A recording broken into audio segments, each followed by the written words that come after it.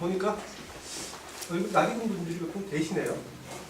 혹시 연수국민대 네. 그러시죠? 예.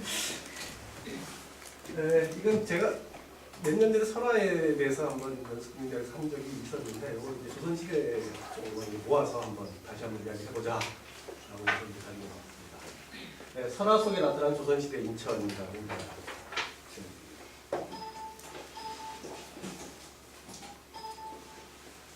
네, 조선시대 때 인천은 여러분 잘 아시겠지만 인천이라는 지명이 처음 생긴 게 이제 조선시대라는 거죠.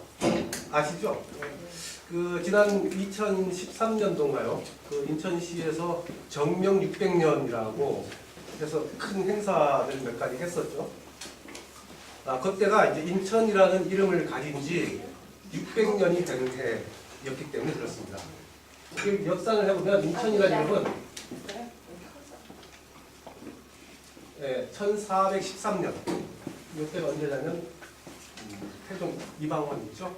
이방원 13년인데 원래 그 전까지 고려 때는 인주라는 이름으로 불려졌다고 합니다.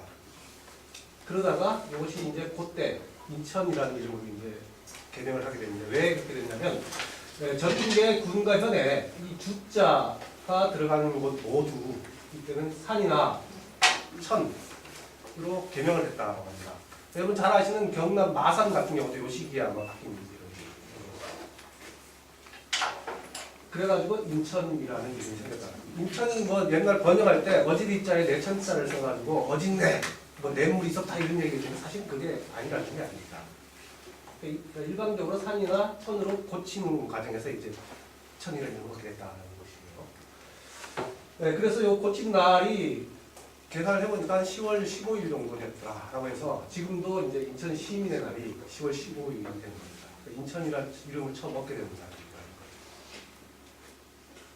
네, 그리고 조선시대 때는 인천이라는 이름을 얻었지만 세조 때 이후로 도호부라는, 원래는 인천군이었었는데 요거는 이제 그 군수가 원님이라고 하죠. 군수가 부임을 했는데 여기 종사품 정도 위치였었는데 요것이 도호부로 되면서 종삼품 두 계단이 올라간 거죠. 그죠? 그러니까 높은 지위로 승격이 됐다. 그 이유는 세조의 부인이 친정이 인천이었기 때문에 약간 승격이 됐다. 그래서 이 도호부로서의 지위를 조선 말까지 유지를 했다 하죠.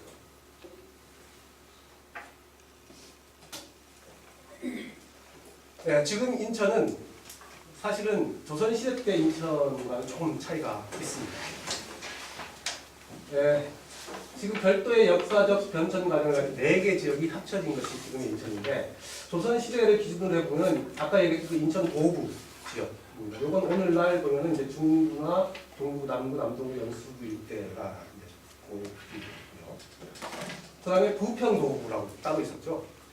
이거는 오늘날 부평구, 계양구, 서구가 이제 거기에 해당이 되는데 사실은 이게 한 30년쯤 전만 하더라도 지금은 이제 부평과 인천이 다 이제 인천시로 이제 들어가 있지만 30년 전만 하더라도 부평과 인천이 굉장히 차이가 있었다는 겁니다.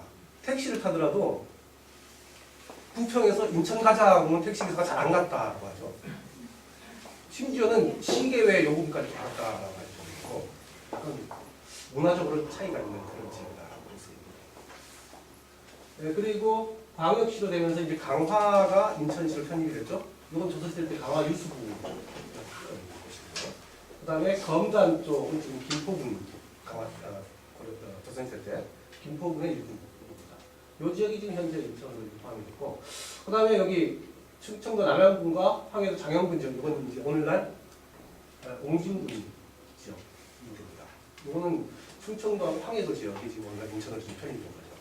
그러니까 지금 보면 인천도구, 부평도구, 강화, 그 다음에 이쪽 옹진 이렇게 4개의 문화권이 합쳐진 것이 현재 인천이다. 그러니까 조선시대는 전혀 별개의 행정구역이었다는 거죠. 이것이 오늘날 인천이었다는 거니까. 어떻습니까? 이게 인천이 하나로 이렇게 뭉쳐지기가 쉽지가 않다는 거 느껴지죠? 그래서 인천의 정체성이 뭐냐? 라는 건 이제 여러 가지 설이 좀 있죠. 한 가지 찾기 힘들다. 이런 면 때문에 그런 것이다. 근데 설화를 통해 가지고 한번 그래도 인천을 아우를 수 있는 게 뭐가 있지 않을까. 그래서 이제 설화를 가지고 인천 이야기를 좀 해보고자 합니다. 네, 설화라는 것은요, 네, 여러분 잘 아시다시피 구전 되는 거죠, 그죠? 입에서 입으로 전해지는 것이 바로 설화입니다. 네, 여기에는 일정한 줄거리를 지닌 서사적인 이야기이고 그 안에는 허구적 거짓말적인 내용이 약간 포함되어 있다. 근데 거짓말도 전혀 막된 거짓말은 아니죠, 그죠? 그러니까 실생활에서 사람들이 공감이 가능한 그런 거짓말. 그러니까 이런 면에서 약간 역사와의 차이가 있다. 근데 실제로 보면 어떻습니까? 역사와 이 설화는 약간 모호한 경계가 있다는 겁니다. 여러분 조선시대, 고려 때 보면은 삼국시대 역사를 기록한 책이 두 가지가 있죠. 삼국사기라는 것이 하나 있고 삼국유사라는 것이 하나 있죠. 근데 사기라는 것은 일반적으로 정서 역사라고 하는 그런 책입니다. 근데 거기에 비해서 삼국유사는 역사를 반영을 하고 있지만 약간 설화적인 면이 굉장히 강하다는 거죠.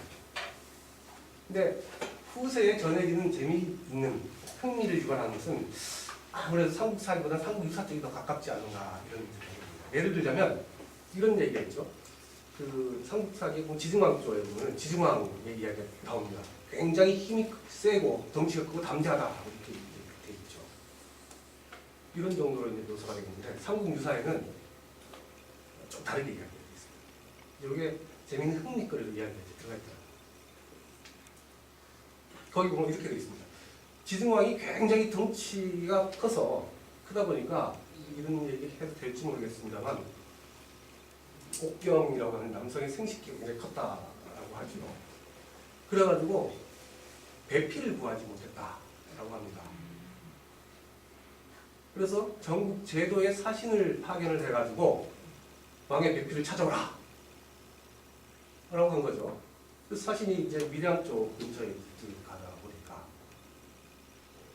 산에 가는데 그런 대변이죠. 똥이 굉장히 큰 똥이 있더라라는 겁니다. 얼마나 똥이 크냐면 개가 양쪽 끝에서 똥을 먹어오고 있더라. 그래서 이만한 똥을 쌌다라고 한다면 실시 큰 사람일 것이다 하고 주변을 찾아보니까 굉장히 덩치 큰 아가씨가 거기서 빨래하고 있더라라는 겁니다. 그래가지고 비로소 배필을 찾아가지고 지증왕이 결혼을 했다라는 이야기. 어떻습니까? 앞에 있는 삼국사기의 표현과 뒤에 있는 삼국유사의 표현은 흥미를 유발하는 쪽에서는 뒤쪽이 훨씬 낫다라는 거죠. 그죠? 이런 면에서 설화가 가치가 있다. 얼마 전에 우리나라를 바깥 뒤집은 사건이 하나 있었죠. 서울시의 한 의원이 그 전에 기사가 나온 게 어떤 사람이 사람을 유괴해가지고 죽였다더라. 재력가를 유괴해서 죽였다더라. 청부살인해서 죽였다더라. 이런 기사가 나왔다. 이건 그냥 있는 그대로의 사실을 이야기하는 거죠. 그죠? 거의 흥미를 끌지 못한 거예요. 근데 여기에다가 그 재력가를 죽인 사람이 서울시의회 의원이었더라. 돈을 빌렸는데 갚지 못했다더라. 그래서 친한 친구를 꼬셔가지고 사람을 죽이게 했다더라. 라는 이야기가 덧붙이면서 어떻게 됩니까? 사람들이 흥미를 유발하게 됩니다. 이런 게 이제 설화인데 문제는 이 설화는 부전문학이라는 겁니다. 이게 무슨 이야기냐면 여러분들이 아버지로부터 어떤 이야기를 전해 들었습니다. 이야기를. 근데 그거를 이제 커가서 내가 아버지가 됐다는 겁니다. 그러면 내 아들에게 그걸 전해줘야겠죠? 근데 아버지에게서 들었던 이야기를 아들에게 그대로 전해줄 수 있느냐? 안 되죠. 그죠? 그래서 줄거리만 전달을 하고 거기에 덧붙이는 이야기는 자기 경험 뭐 이런 것들을 다 덧붙여가지고 이야기를 하게 있다는 겁니다. 이게 부전의 특징이죠. 이게 설화의 특징이다. 그러니까 어떻게 됩니까? 이게 갈수록 후대에 갈수록 이야기들이 살이 붙기도 하고 그죠? 약간 각색이 되기도 하고 이렇게 바뀝니다. 그 예로 여러분 잘 아시겠지만 우리나라의 대표적인 고전 소설 중에 춘향전이라는 것이 있습니다. 그죠? 이 춘향전 결말이 어떻습니까? 해피엔딩이죠. 그죠? 이건 겁니다. 암에 와서 죽디야! 그죠? 춘향을 꺼내고 고생했다 춘향아 도련님 그죠? 네, 그런 이렇게 끝난다고 생각하시죠, 그죠? 근데 이 춘향전이 사실은 옛날부터 정해져 내려오는 이 선화를 바탕으로 한 것이다라는 겁니다. 이 선화가 어떻게 소설화가 됐냐면은 옛날 장터에 가면은 말을 아주 재밌게 이야기하는 만담들이 있었다라고요. 이 사람들은 그걸 가지고 밥 벌어먹고 사는 사람이에요. 이야기를 재미있게 하다 보면은 사람들이 모이잖아요, 그죠? 그러면 꼭 중요한 데 가가지고는 어떻게 됩니까? 이야기를 안 해요. 사람 궁금하게 해놓고는, 그죠? 왜 이야기 안 합니까? 아유, 목말라요. 좀 막걸리 한 잔씩 얻어먹고, 그죠? 몸도 한번 던져좀 받고. 이랬던 사람이지. 굉장히 인기를 얻었다는 말이죠, 그죠? 근데 이런 사람들이 인기를 얻으니까 배우려고 하는 사람들이 많다는 겁니다. 오다 보니까 이제 그것을 기록을 하게 되죠. 배우려면 이제 이야기 기록을 해줘야 되잖아요. 그죠? 이게 이제 소설화가 됩니다. 그래서 나온 것이 이제 춘향전이라고 할 수 있는데, 이 춘향전이 여기서 이야기하는 사람, 선화라는 구전문학이라는 게 그렇잖아요. 그죠? 여기서 이야기하는 사람과 저기서 이야기하는 사람이 약간 차이가 있다는 겁니다. 그러니까 서울에서 이야기하는 사람, 전주에서 이야기하는 사람 차이가 있어요. 그러니까 춘향전의 대표적인 이본이 완판, 그러니까 전주에서 나온 판본하고 경판, 서울에서 나온 판본인데, 그러니까 여러분들이 일반적으로 알고 있는 춘향전의 이야기는 전주에서 나온 이야기입니다. 도련님 그죠? 이게 끝나죠, 그죠? 근데 서울에서 나온 이야기는 그렇게만 끝내려고 하면 좀 재미가 없어요. 춘향이 굉장히 고생했는데 그냥 만나 끝난다? 그 뒤 이야기가 더 붙어 있습니다. 서울로 올라와요. 두 사람은 결혼을 할 수가 없죠. 원칙적으로 결혼이 안 됩니다. 양반이고 지금 기생의신이기 때문에, 그죠? 결혼이 안 되게 되죠. 결혼을 할 수는 있지만 하게 되면 자식이 종목고이라고 하지 엄마의 지위에 따라. 근데 춘향의 소식을 들은 왕이 특별히 두 사람의 결혼을 허락을 했죠. 그래서 두 사람은 결혼을 하고, 조선시대 때 여러분 여인들도 직책이 있었다는 거 아시죠? 정경직책이라고 뭐 수진, 그죠? 이게 이제 남편이나 아들의 반직에 따라서 정해지는 건데, 춘향이 나중에 정렬 부인의 지위까지 올라갔다. 소설이기 때문에 정경 부인이라고 하는 얘기 못하고 정렬 부인의 지위까지 올라갔다더라라는 이야기가 추가가 됩니다. 이게 설화이기 때문에 가능한 거죠, 그죠? 여러분 잘 아는 별주부들도 점점 마찬가지예요. 토끼하고 이야기하다가 마지막에 여러분 이렇게 이야기했죠. 토끼가 죽을 뻔했다가 기지로 빠져나와가지고 소같이 메롱하고 도망가는 걸로 끝나는 거죠, 그죠? 그게 아니잖아요. 더 다른 판본에는 토끼를 놓친 거북이가, 별주부가 그대로 가면 죽겠다, 이제 난 임무를 완수하지 못했기 때문에 죽는다. 그래가지고 자결을 하려고 절벽에 올라갑니다. 근데 목을 막 내달려는 순간 우리 고전 소설에 꼭 그런 사람들이 나타나죠. 산신령이 뿅 하면서 너 왜 그래? 야차에서 죽으려고 합니다. 걱정하지 마라. 수리수리 약. 신선들이 먹는다는 단약을 주게 되죠. 간에 좋다는 단약. 얼마나 푸퍼스 정도 되는 거죠. 그걸 가지고 이제 영궁석에 들어가서 용왕의 병도 고치고 별주부도 행복하게 잘 살았더라라는 이야기가 추가됩니다. 이야기한 사람에 따라서 추가될 수 있는 얘기죠. 그죠? 이게 바로 뭐예요?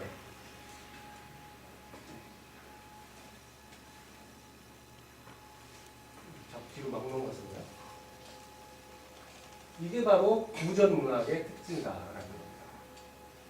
근데 이 속에는 이야기하는 그 시대의 상황이 잘 반영이 되어 있을 수밖에 없다는 거죠. 그죠? 설화는 일반적으로 신화, 전설, 민담 이 세 가지를 이야기합니다. 신화는 여러분 잘 아시겠지만 신들의 이야기이죠, 그죠? 우리나라의 신화는 건국 신화가 제일 많죠. 뭐 여러분 잘 아는 당근 신화라든지, 그죠? 주몽 신화라든지 이런 건국 신화에 해당이 되고, 그 다음에 성시 시조에 대한 이야기 있죠. 그것도 이제 신화라고 볼 수 있습니다. 예를 들자면 석탈의 신화. 그게 석시의 시조가 되죠. 그죠? 그 다음에 여기 혹시 김씨 있습니까? 김의 김씨. 이게 시조, 김수로왕 이야기. 그죠? 이건 건국 신화가 되기도 하지만 성시 시조 신화가 되기도 하죠. 그죠? 박혁거저 신화 역시 마찬가지입니다. 이런 신화는 신들의 이야기이면서 신성성이 있는 이야기로 전승되는 지역이 한정이 되어 있습니다. 그래서 무슨 이야기냐면 당군 신화와 같은 경우는요, 우리나라 사람만 믿지 일본 사람이 당군 신화를 믿겠냐라는 겁니다. 그죠? 지역이 한정이 되어 있다. 거기에 비해서 신들의 이야기가 신화이다라고 한다면 전설과 민담은 사람들의 이야기를 말하는 거죠. 근데 이 두 어떤 차이가 있을까요?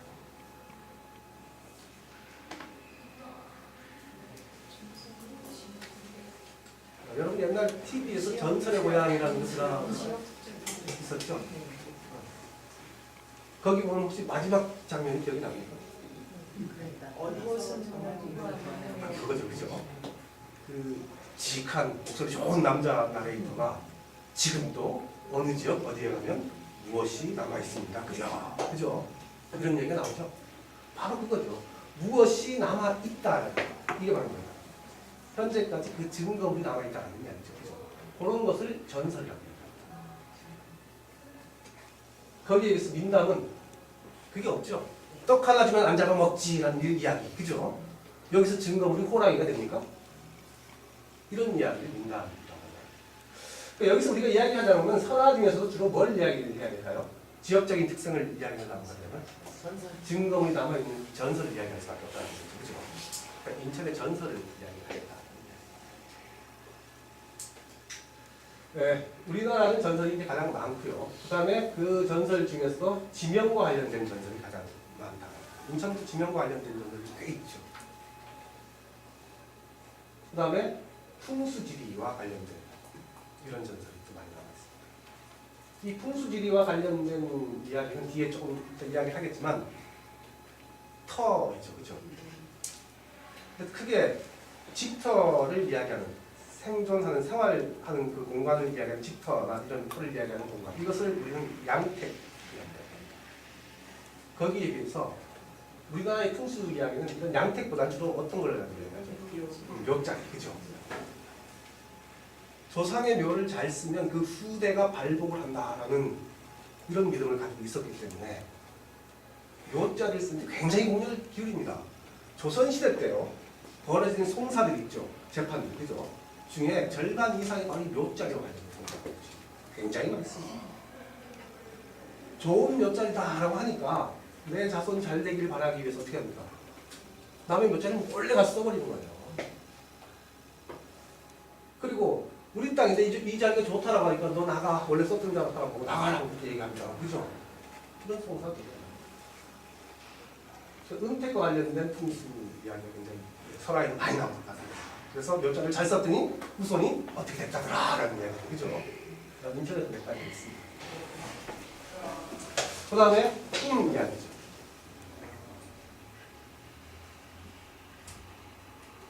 꿈에 뭘 나타났더니 어떻게 됐더라 라는 꿈 이야기가 또 많이 나와요. 동네마다 꼭 한두 편씩 있는 도깨비입니다.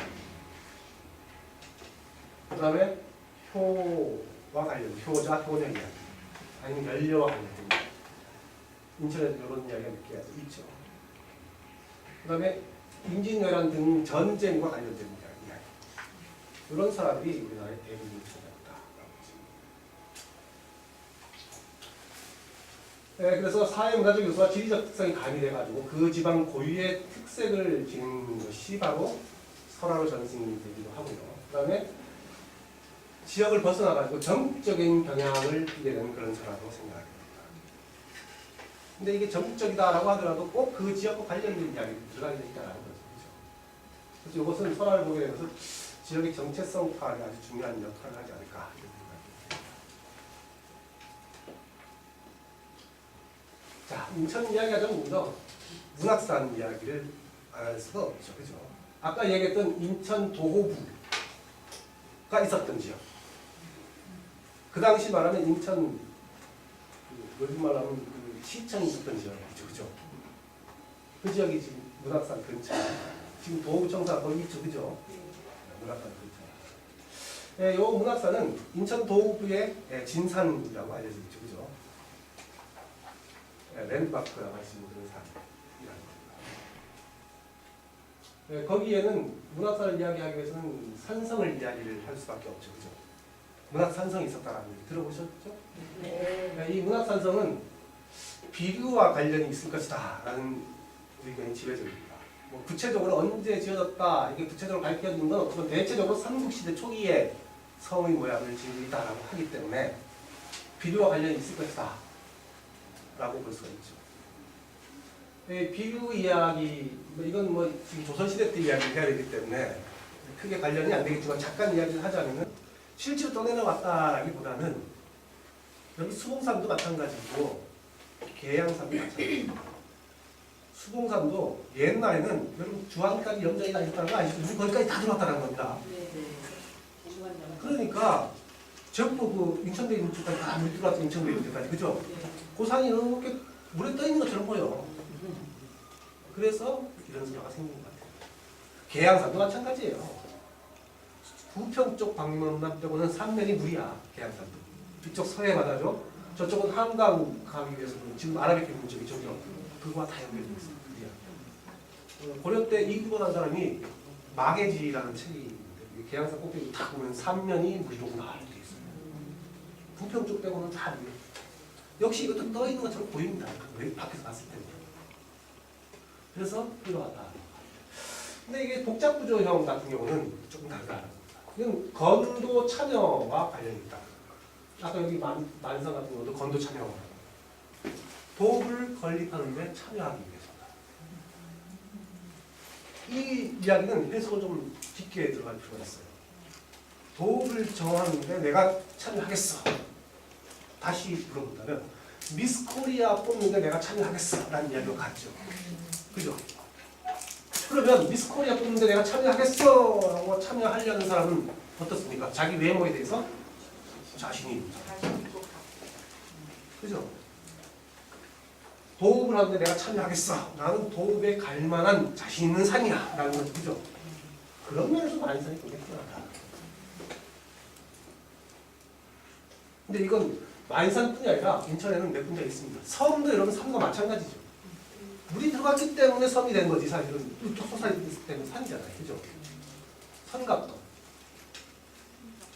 선갑도라고 들어봤습니까? 옹진에 있는? 선제도 근처에 보면 선갑도라고 있어요. 그것도 서해 먼 바다에서 도읍을 한양으로 도읍에 참여를 하기 위해서 가다가 꼭 좌절된 게 삼각산입니다. 삼각산에 좌절이 돼요. 이게 먼저 들어와 있어. 그것도 내가 못나서 못 들어간 게 아니라 선착순에서 뒤져가지고 못 들어간 거야.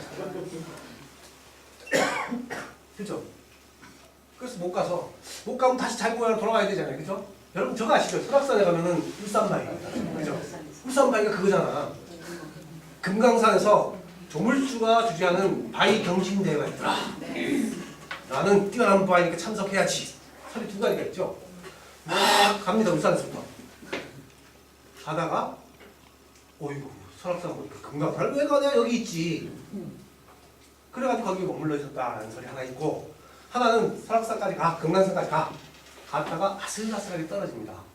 다시 울산으로 돌아가야지 하고 가다가 아이고 울산 먼데 뭘 거기까지 가 여기도 금강산하고 비슷한데 여기 있지 하고 머물러 있었던 곳이 바로 울산바위인 곳이다. 자 여기서 우리가 유추해 볼 수 있는 게 있을 거예요. 첫째 이야기든 둘째 이야기든 첫째 이야기와 같은 경우는 설악산이 금강산보다 낫다라는 거죠. 그죠? 울산바위 거기 있는 이유가. 둘째 이야기는 금강산만큼은 아니지만 울산보다는 훨씬 여기가 나아. 그죠? 머물러 있는 이유가 그거잖아요. 그죠? 울산보다는 여기가 훨씬 나아. 와가지고 와 있으면 가야 되는데 안 가고 여기 머물러 있어. 여기가 거기보다 훨씬 나아. 그죠? 서울만큼은 아니지만 그래도 차선책은 될만해. 맞죠? 성갑도 역시 마찬가지다. 성갑도야? 문갑도야? 문갑도죠? 문갑도 선제도가 헷갈려가지고 문갑도 그거 역시 마찬가지. 이 이야기는 다시 말하는 거예요.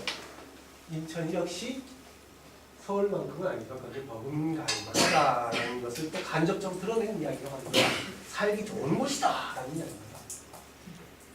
조선시대 사람들은 이런 생각을 가지고 있었다는 거예요. 도성만큼은 아니다.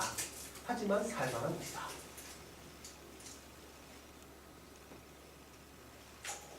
자, 이걸 보면 이제 또 인천의 다른 면모가 들어갑니다.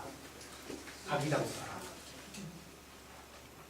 여러분, 아기장수사라가 뭔지 아십니까?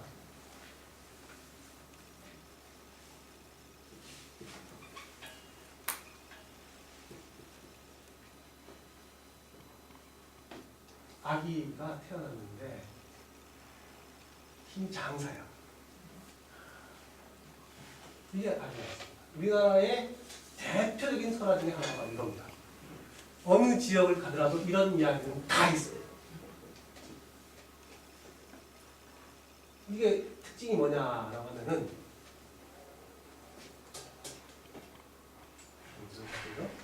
특징이 뭐냐라고 하냐면 이 아기장수는 태어날 때 막강한 힘, 신이한 탄생을 하게 됩니다. 그리고 용마, 백마 이런 말과 같이 나타납니다. 우리나라 어딜 가더라도 그런 구조로 되어 있어요. 그런데 죽어. 왜? 이게 힘이 센 사람이기 때문에 왕의 힘에 위협이 된다라고 생각을 하는 거예요. 그래가지고 누가 죽여버려? 바로 측근 가족이 죽입니다. 왜냐? 국가에서는 이 아기장수가 태어나면은 역적이다라고 보는 거예요. 나중에 역적할 거다라는 겁니다. 역적으로 벌리면 어떤 처벌을 받는지 아시죠?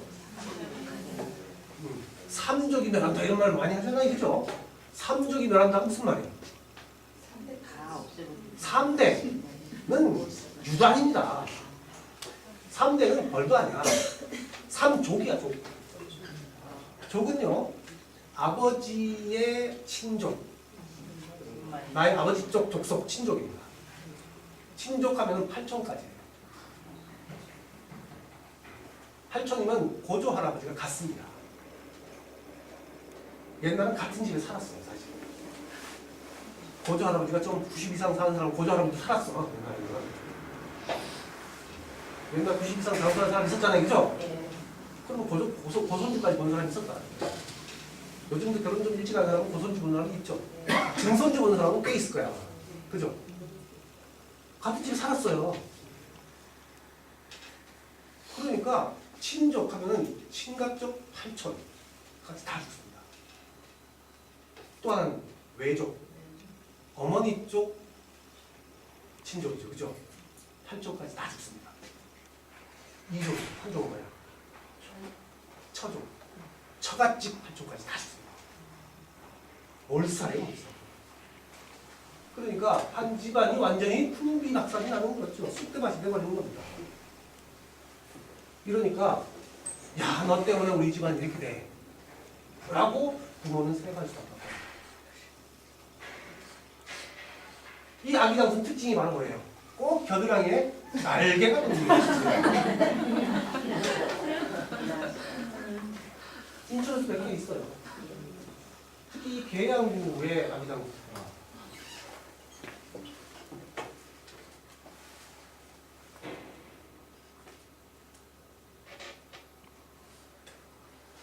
우리 아기장수가 뭐가 하나 좀 이상해. 뭐가 빠져버렸네.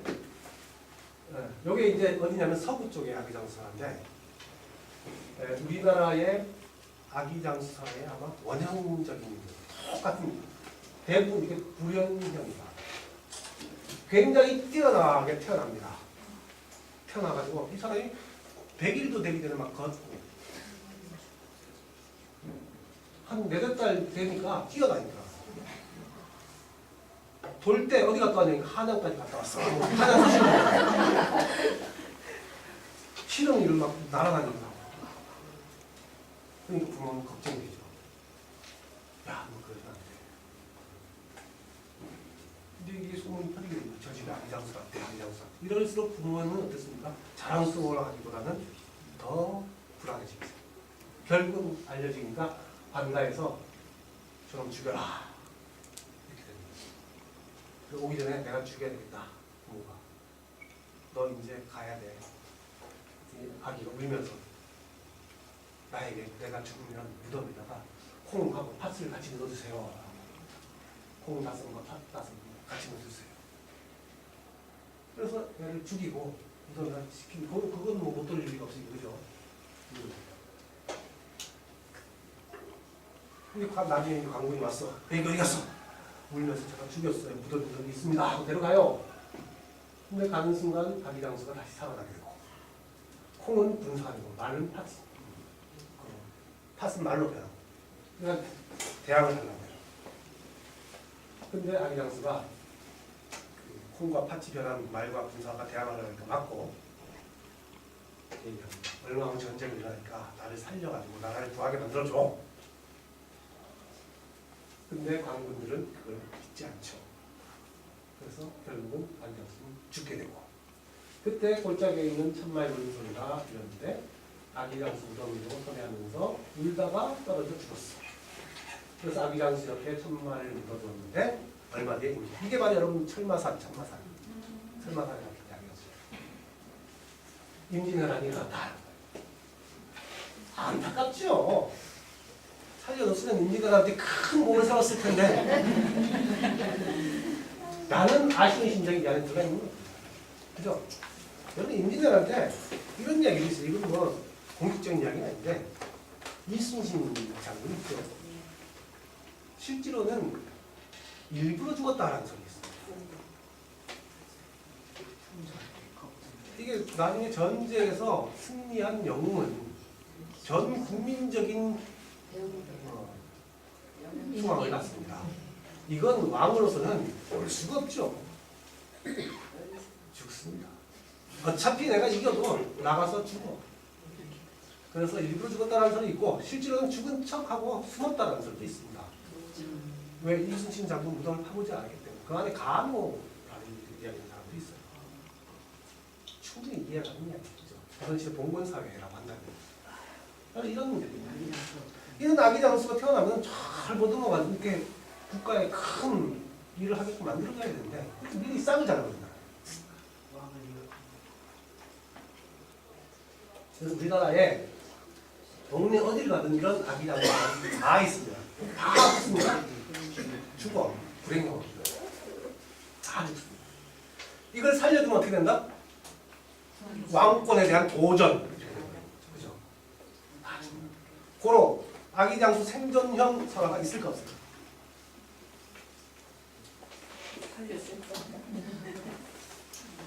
거의 없다. 거의 없다는 얘기 무슨 얘기야? 있다는 있긴 있다. 조금. 인천에는 아기 장수 생존형이 나옵니다.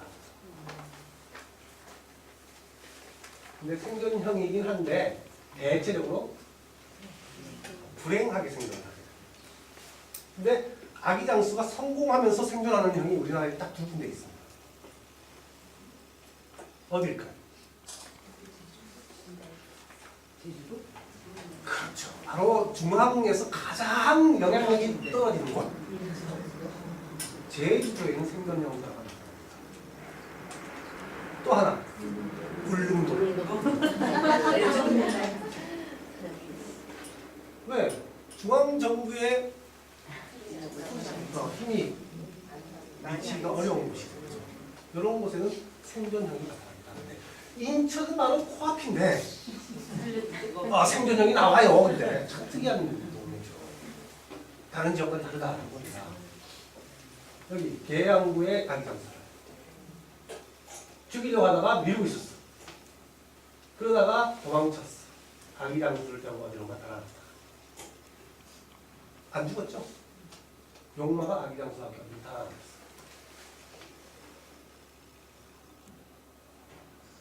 근데 어떻게 했다라는 이야기가 안 드러나요. 그죠? 살아있어도 조심스럽게 살고 있어요. 겁나. 그 다음에 삼각산 이장사 이야기. 이거는 저기 남동부 쪽의 이야기입니다. 이건 이제 조선 후기쯤 오니까 어떻게 돼요? 이제 봉건제가 점점 허물어져 가는 시기잖아요. 후기니까. 그죠? 그러니까 일부 살아있어요. 집에서 부모가 너 힘쓰지 마라, 힘쓰면 죽는다. 조용히 살아. 계속 죽입니다. 낮춰요. 근데 성질이 어디 가겠습니까? 서울 삼각산, 서울 중앙으로 들어가가지고 힘을 쓰고 막 이러고 다닌다. 그 부모가 안 되겠구나, 일로 와. 그래가지고 그 뭡니까, 돌적이라고 하는데 그 농기구 하나 있어요. 그걸 어깨를 때려가지고 힘을 못 쓰게. 그래서 마지막에 부하겠다. 이게 김아기 장수 이야기 마찬가지입니다. 불구가 된 거고 나중에 대부도 쪽에서 나루토의 뱃사공이 해가지고 겨우 이렇게 해주면서 살았다. 그러니까 살아 있어도 불행형으로 살아요. 어쨌든 전국적으로 봤을 때 이런 생존형이 굉장히 나타나기가 힘든데 소극적이나마 중앙조정에 대해 약간 반발이 드러나니까 이건 인천의 특징이라고 볼 수 있습니다. 지금까지 몇 가지 배웠습니다.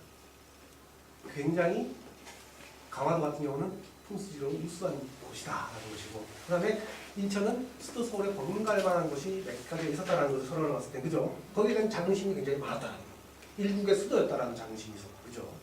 물론 망하긴 했지만. 그 다음에 그 뭡니까 그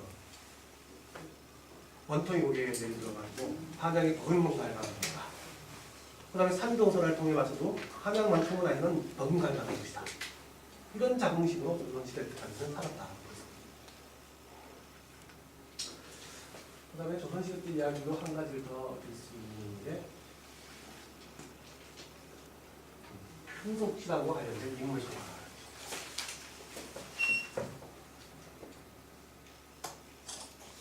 그 중에 대표적인 이야기가 바로 임경옥 장군입니다. 들어보셨죠? 이게 인천의 대표적인 이야기 중에 하나예요. 특히 인천 중에서도 연평도가 아닙니다. 연평도는 지금도 임경옥 장군과 관련된 유적이 하나 있죠. 충민사라는 사당이 지금 있습니다. 충민사. 지난번 연평도 폭격 때 연평 연사무소 옆에 팍 떨어진 거 봤죠? 그 옆에 보면 쭉 올라가고 있어요. 이 임경옥 장군이라는 사람이 어떤 사람이냐? 이 사람은 병자호란 때 영웅이죠. 병자호란 때 영웅. 그럼 병자호란 하면은 어떤 전쟁이에요? 우리나라가 외세와 전쟁을 해가지고 사실은 태안전쟁, 공식적으로 태안전쟁이 딱 두 번 있습니다. 다 물리쳤다고 얘기하지만 공식적으로 태안전쟁이 두 번 있어요. 임진왜란은 사실 우리가 물리친 거죠. 그죠? 물론 쑥대밭이 됐다 하지만 항복 안 했잖아요. 항복한 전쟁이 두 번 있어요. 그게 바로 뭐냐면 첫 번째가 고려시대 때 몽골에 항복합니다. 고려 때 왕들 중에서 충자가 들어간 왕들이 있죠. 충렬왕부터 해가지고 충정왕까지 여섯 명 있습니다. 이 충자가 들어가는 왕들은 충성 충자를 쓰는 것인데 몽골에 충성한다라는 거죠. 몽골의 공주와 결혼을 의무적으로 했다는 겁니다. 그러니까 몽골 입장에서 보면 사위국가, 자식국가예요. 부마. 이 전쟁이 졌기 때문에 그렇습니다. 강화도로 피난을 가긴 갔는데 강화도에서 꽤 오래 항전했죠. 이 몽골이라는 나라가 참 그 당시는 대제국을 건설을 했죠. 유럽까지도 거의 집어삼킬 정도로. 그죠? 왜? 말 타고 하는 전쟁은 세계 최고였다. 당시에. 기마민족이에요. 근데 거기에 물이 없어. 바다가 없어요. 그죠? 해전에는 무지하게 약한 나라입니다. 강화, 그 영하를 못 건너가지고 한 60여 년 동안 정벌을 못하는 거예요.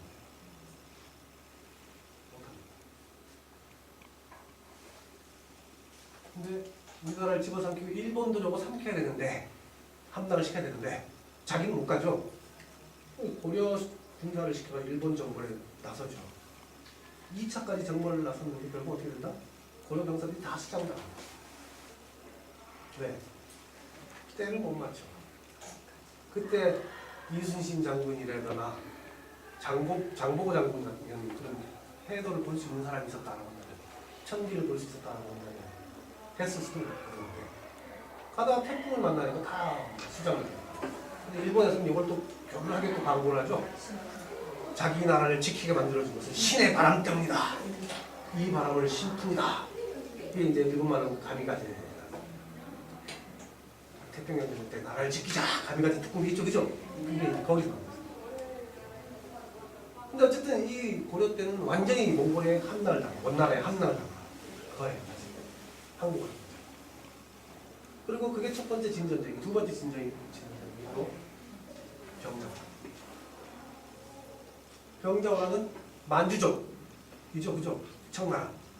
이뤄봤을 때 어땠습니까? 우리가 진 전쟁은 다 중국에 졌는데 중국 한족이 정권을 잡았을 때는 안 집니다. 그리고 우호 관계를 많이 맺어요. 근데 한족이 아닌 이른바 한족들이 오랑캐라고 지칭하는 나라들이 정권을 잡아. 딱 두 번 있었잖아, 중국에. 그죠? 바로 원나라와 청나라 두 번이에요. 그때는 우리가 싸웁니다. 왜? 너희는 오랑캐, 중국이 오랑캐, 우리도 같은 오랑캐죠. 너 오랑캐야. 너희한테 우리 안 모셔, 너희. 이렇게 되니까 그때도 명나라만 모신다 이렇게 했으니까 청나라 입장에서는 화가 나는 거죠. 힘은 내가 더 센데. 아마 광해군이 계속 정치를 잘했다라고 한다면 이 병자호란은 일어나지 않았을 가능성이 많습니다. 광해군이 명나라와 청나라 사이에 흔히 얘기하는 등거리 외교라고 얘기하는 거죠. 중립적인 외교 엄청 잘했거든요. 근데 광해군이 실각을 하자 인조가 이제 들어서면서부터 척화파도의 힘을 확 세게 내세우기 시작한 거야. 너희 오랑캐인데 우리가 명나라를 모셔야지 왜 청나라를 모셔? 이러니까 쳐내려오는 거죠. 힘은 뭐 이 사람들이 감당이 안 됩니다. 결국 이 청나라도 만주족이기 때문에 기마민족이죠. 그래서 인조가 남한산성으로 피난을 갔는데 남한산성으로 가지 않고 강화도로 피난을 갔으면 전쟁 상황이 달라질 수 있었습니다. 근데 강화도로 가지 못하고 테러가 막히는 바람에 비빈들만 먼저 보내고 급하게 가다 보니까 테러가 막혀버리고 그래가지고 남한산성으로 들어가게 됐는데 이 남한산성은 포위만 해버리면은 원군도 못 오죠. 보급도 안 되죠. 그죠? 그러니까 뭐 40 며칠밖에 견디지 못하고 한국을 하는 거예요. 이 강화를 갔다라고 하면 이 사람 해전에 약한 그런 민족들이죠. 강화 같은 경우는 밑에서 원군들이 배를 타고 올 수도 있고 보급군도 배를 타고 오고 그죠? 충분히 가능한데 못 가서 결국은 삼전도의 치욕이라고 이야기하는 삼전도에서 인조가 청태종에게 머리를 조아리잖아요. 그죠? 한국. 근데 이 전쟁에서 영웅이 바로 임혁정. 유일하게 무패의 장수가 바로 임혁정이죠. 의주의 백마산성을 지키고 있었는데 의주하면 저쪽 적경지대잖아요. 그죠? 청나라가 쳐내려오다가 계속 거기 싸움을 치니까 여기 지체할 수 없다고 돌아와서 내려가요. 의주를 피해가지고. 근데 이 사람이 결국은 죽죠. 역적으로 몰리게 됩니다. 역적으로 몰려서 죽게 돼요. 근데 왜 이 사람이 연평도 관련이 있게 되느냐. 전쟁에 졌어. 왕을 도와주려고 딱 내려가려는데 황국에 때문에 이런 이 청나라 찢어 죽일 놈들 원수를 갚자.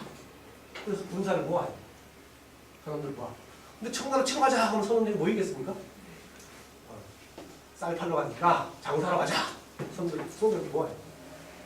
그리고 탁 가다가 이제 청나라로 가는 거야. 배 탔으니까 이제 뭐 돌아갈 방법이 없잖아요.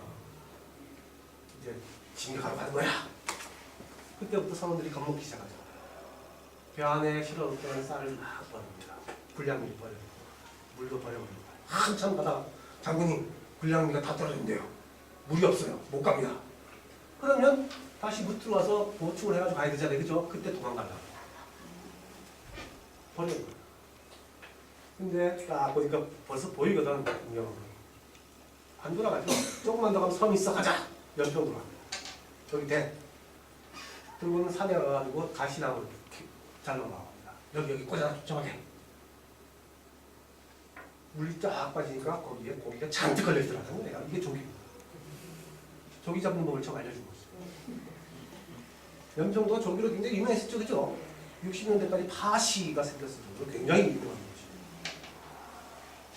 그걸 임경업 장군이 처음 했다. 그리고 물이 없는데요.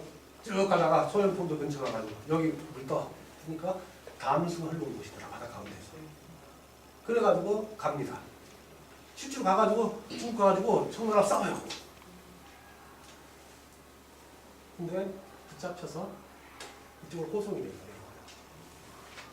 그때는 이미 청나라 친위 세력들이 조정의 정권을 차지하고 있었습니다. 항복을 했으니까 그럴 수밖에 없잖아요. 그죠? 결국은 죽게 돼요. 이렇게 억울하게 죽은 사람들은 주로 무엇으로 다시 태어날까요? 산도 있고. 무당에. 그렇습니다. 그래서 임경업 장군을 모시는 무당들이 굉장히 많죠. 특이하게 인천은 메가드 장군을 모시는 무당도 있다라고 합니다.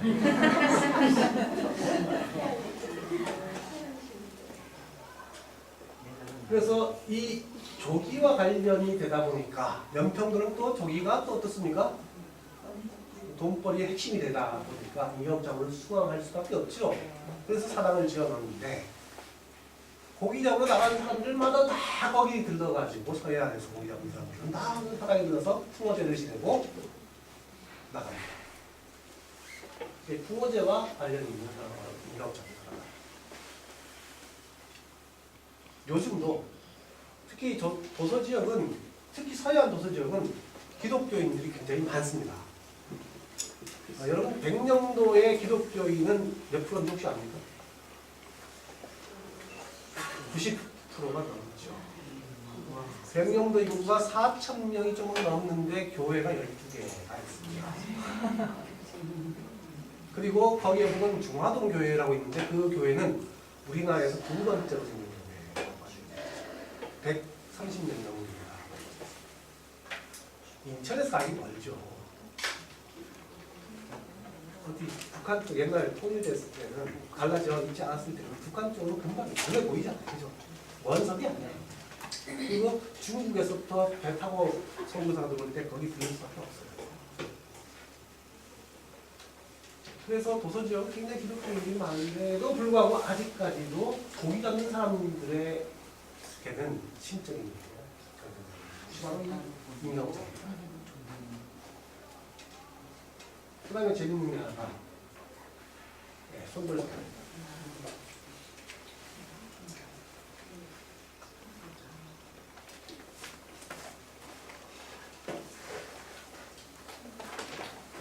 손돌 같은 경우는 혹시 들어봤습니까? 아까 얘기했던 염하와 관련이 있는 그런 사람이죠. 거기에 즉 김포 쪽에서 강화까지 실어 나르는 나루터의 뱃사공 해당입니다. 뱃사공이 손동사인데 이 사람이 죽어요. 군주에 의해서 죽음을 당합니다. 그래서 이 사람 죽었던 때는 요 10월 10일 정도인데 요 무렵만 되면은 굉장히 바람이 많이 불었다 그 지역에. 그걸 손돌바람이라고 이야기하는데 이게 조선시대 때 세시풍속을 담은 책 공국 세시기의 실제입니다. 그걸 손돌바람이라고 해요. 무슨 이야기냐면 강화도 피난으로 가는 과정에서 일어나는 이야기예요. 왕이 강화도로 피난 간다. 그러면 우리나라에서 지금 역대상은 몇 번 있었습니다. 고려 때 한 번밖에 없잖아요. 그죠? 그리고 조선시대 때 와서 왕은 못 가고 비빈들이 피난을 가게 됐죠. 그죠? 그래서 이 손돌 이야기는 원나라와 관련된 몽골 이야기와 관련된 이야기가 될 수 있습니다. 그리고 병자호란과 관련된 이야기가 될 수도 있어요. 시대에 맞춰가지고 그때 그때 변화가 생기게 만들어서 어쨌든 얘기의 주는 10월 20일 무렵 대부분 이제 큰 바람이 부는데 이것을 송돌바람이라고 하는데 바로 광성구 앞에 있는 길목이죠, 그죠? 그걸 이제 송돌목이라고 이야기하는데 나중에 그 목이 있었는데 그걸 송돌목이라고 하는데 고려 때 이건 고려 때라고 이야기할 수도 있고 조선 인조 때라고 이야기할 수도 있는 겁니다. 전랑으로 강화도로 피난을 가게 됩니다. 파천을 가게 되는데 바닷길에서 이제 배를 타고 그때는 다리가 없었으니까 그죠? 배를 타고 건널 수밖에 없죠. 배를 타고 건너려고 그러는데 당시 건너기 위해서는 가장 실력 있는 뱃사공을 부를 수밖에 없잖아요, 그죠? 수송가니까 순돌이다. 그래서 네가 배 타고 거기까지 강화까지 실어줘, 라고 이야기해요. 근데 가려고 하는데 바람이 막 일어나요. 그러니까 조금 참으십시오. 지금 못 갑니다. 바람 때문에 가면은 배가 뒤집어져요. 못 갑니다. 그래도 뒤에 적이 쫓아오는데 겁나잖아요. 빨리 가자! 이렇게 나와요. 안 됩니다. 가면 죽어요. 왕이 어떻게 생각하겠습니까? 굉장히 의심스러울 수밖에 없죠. 뒤에 적군이 쫓아오는데 이게 왜 나를 자꾸 막지? 적엔 첩자가 아닌가. 이런 생각이 들 수밖에 없잖아요. 그죠?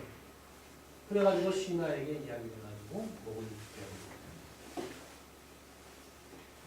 갑자기 큰 바람이 일어서 날 수가 없었다. 근데 죽기 전에 손들이 이렇게 얘기합니다. 내가 죽는 건 좋은데 왕이 그 강화도를 무사히 건너가는 것이 중요하다. 내가 죽으면 백기를 아는 사람이 없기 때문에 거기다가 표주박을 하나 띄워라. 그래서 흘러가는 표주박을 따라가지고 가면 강화까지 무사히 도착할 수 있을 것이다. 그래가지고 그걸 죽고 나니까 바람이 막 부니까 불안하잖아요, 그죠? 쉽게 물어 표주박을 띄워가지고 무사히 강화까지 갔다. 그래서 나중에 그 영혼을 미안하니까 위로해 주는 그때 발견했다. 그 목을 뱉은 그 자리를 순돌목이라고 부른다. 그때 불었던 바람을 순돌바람이라고 한다. 라는 이야기입니다.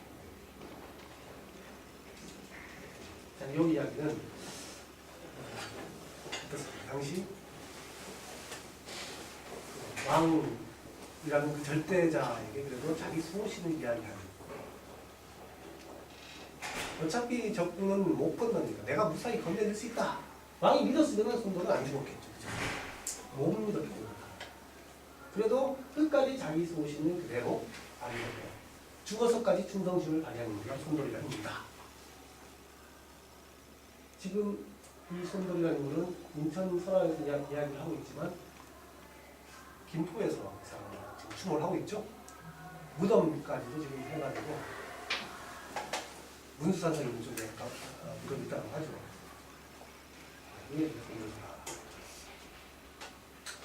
자, 이상으로 인천에 관련된 설화를 몇 가지 이야기했는데 전체적으로 이렇게 보면은 조선 시대 사람은 한양 옆에 살고 있었지만 그래도 자긍심을 가지고 있었다. 일국의 수도였다라는 자긍심을 가지고 있었다.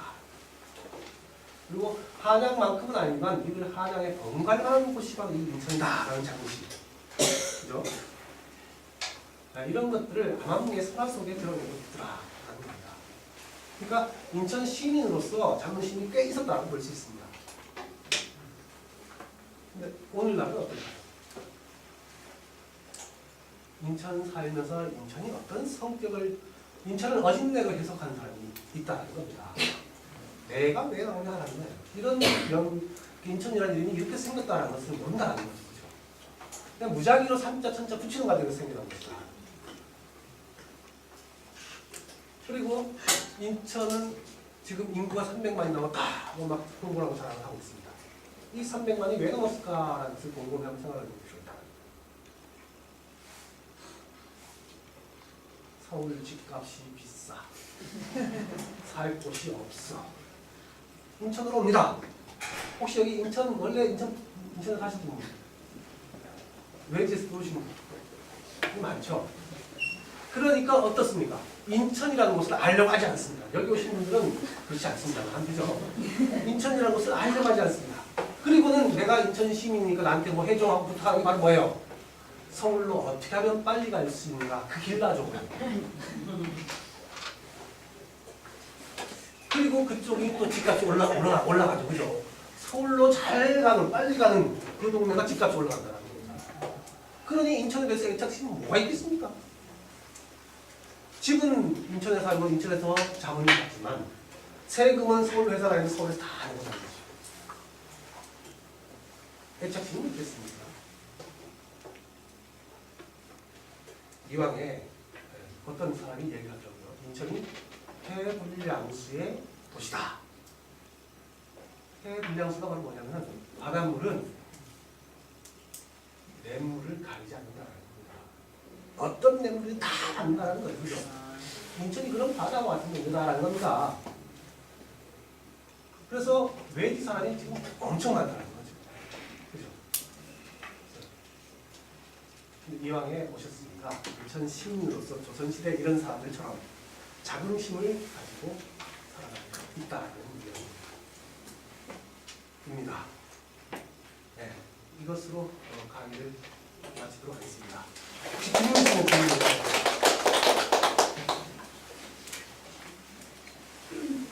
질문 있으면 질문하시죠.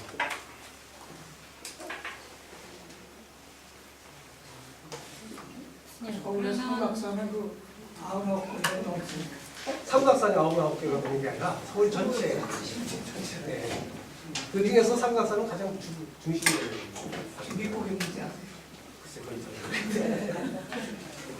예, 그러면 조선에서는 그 조선 중심 세력에서는 인천을 어떻게 보나요?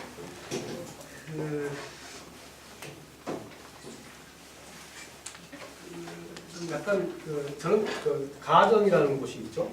서구에 보면 그 가정이라는 곳이 조선 건국 공신인 조반이라는 사람이 이제